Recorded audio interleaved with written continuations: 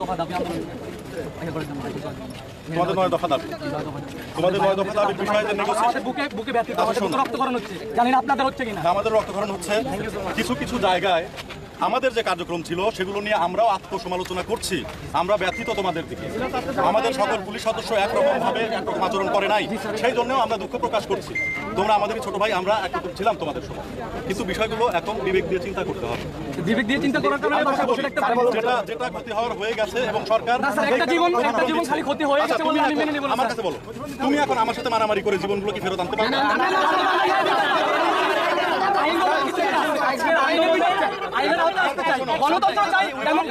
আমরা শিক্ষিত, আমরা অশিক্ষিত না, আমরা লক্ষ্মীপুর জাতিতে শিক্ষিত মানুষ আছে। আমি কথা বলি তোমাদেরকে, সুপ্রিম কোর্ট যে রায়টা দিয়েছেন সেই রায়টা আমরা তোমরা সবাই সম্মানের সাথে পছন্দ করেছি। আমাদের সমন্বয়কদের আসতে স্যার, আপনি যে উত্তরটা আমি উত্তরটা দেই সবাইকে। আমার পক্ষ থেকে ক্যামেরা রাখতে বলছিলাম।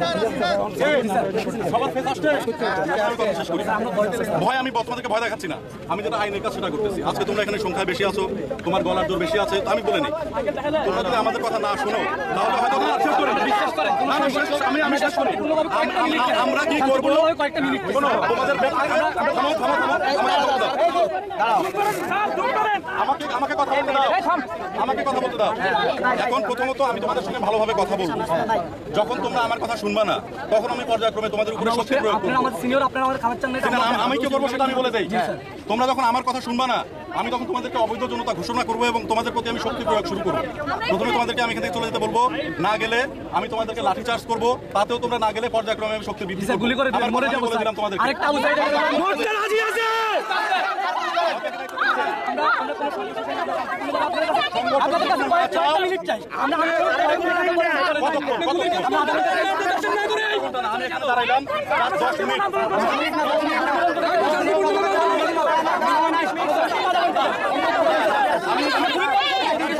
পর্যন্ত যাবো।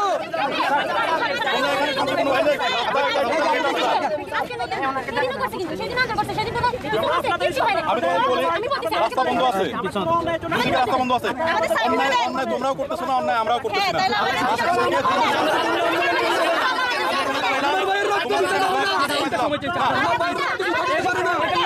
আমার পক্ষ সম্ভব না, আমরা শান্ত আন্দোলন করবো। 15 মিনিট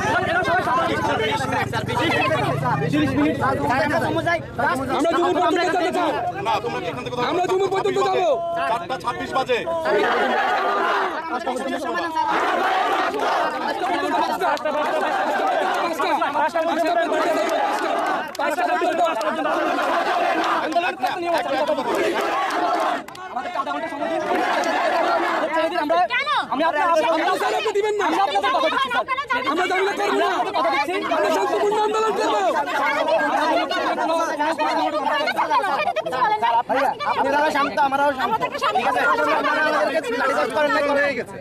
তোমার ওই আবেগ আমার ছিল, তোমার ওই বয়সটা আমি পার করে আসছি।